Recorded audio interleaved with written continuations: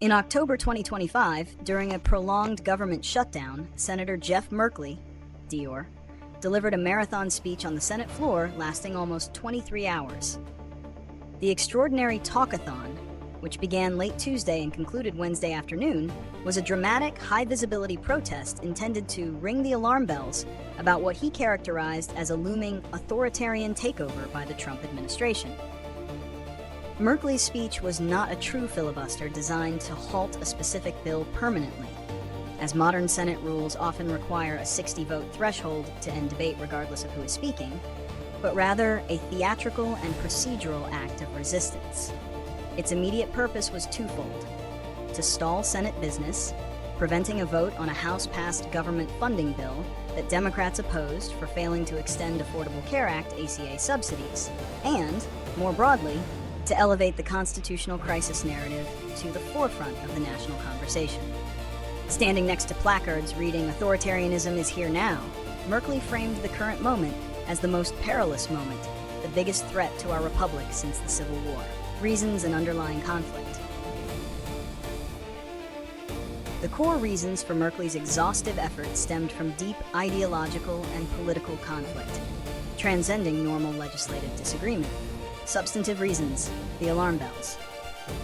1. Militarization and suppression of dissent. Merkley specifically condemned the administration's use of the National Guard and federal agents in cities like his hometown of Portland and Chicago, characterizing these actions as an overreach of executive authority aimed at quashing political opposition and fabricating a sense of war zone chaos to justify stronger executive control. 2. Weaponization of the Justice Department. The senator argued that the administration was actively dismantling the rule of law by politicizing the Justice Department, citing instances like the prosecution of political rivals and attacks on career civil servants, thereby shifting the legal system from equal justice under law to unequal injustice. 3. Policy hostage-taking. The speech was also inextricably linked to the ongoing government shutdown, which centered on Republican efforts to cut or eliminate healthcare funding, particularly the expiring ACA subsidies.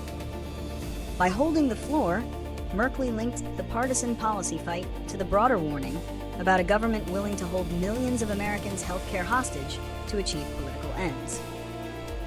Procedural and political reasons. The speech was a political tactic to bypass a hostile legislative environment. By employing the physical act of speaking for nearly a full day, Merkley guaranteed continuous media coverage and provided a platform for fellow Democratic senators to join him, collectively amplifying the message and rallying the party base that had been demanding a more forceful resistance to the administration's perceived attacks on democratic norms. Consequences and repercussions. The consequences of the marathon speech were powerful in terms of narrative and symbolism, but minimal in terms of immediate legislative change. Immediate consequences. Media and narrative control. The endurance test successfully captured the news cycle, ensuring that the charges of authoritarianism and the human cost of the government shutdown, including the plight of unpaid federal workers, dominated public discourse for a 24-hour period. Symbolic unity.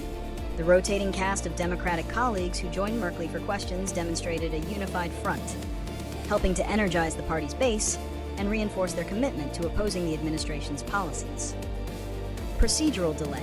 It achieved its goal of delaying a Senate vote on the funding bill, although it did not, by itself, end the underlying legislative gridlock. Repercussions. Partisan polarization. The Republican response was swift and dismissive, with Senate leadership branding the speech as rubbish.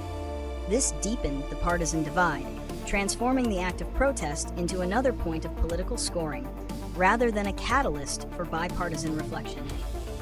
Strain on staff.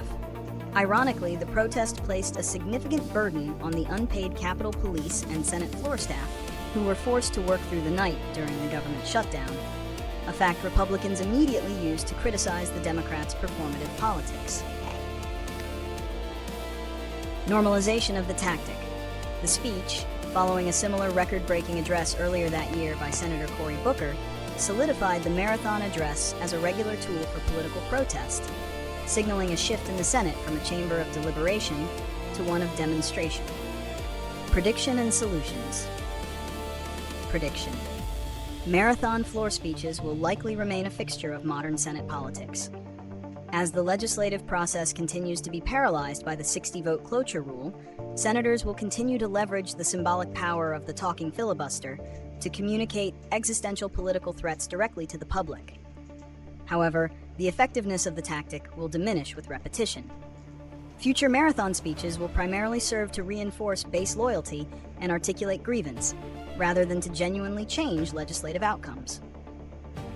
The political climate will remain highly adversarial, with governing becoming increasingly difficult, as both sides prioritize using institutional mechanisms for political messaging over functional compromise. Solutions for institutional integrity and function. Addressing the problems Merkley highlighted requires action on two fronts: procedural reform within the Senate and renewed commitment to democratic norms by political leaders. 4. Procedural reform, the filibuster. The Senate should move toward reforms that restore the integrity of the institution while preserving robust debate. One key solution is a gradual return to a talking filibuster, where a senator who wishes to object must remain standing and speaking, but once they yield the floor, the debate ends, and a simple majority vote proceeds. This balances the right to delay with the mandate to govern. 5. Upholding norms. The political solution is fundamentally a shift in culture. Elected officials must be pressured by the electorate to commit to the core nonpartisan norms that protect democracy: the non-politicization of law enforcement, the peaceful transfer of power, and respect for institutional boundaries.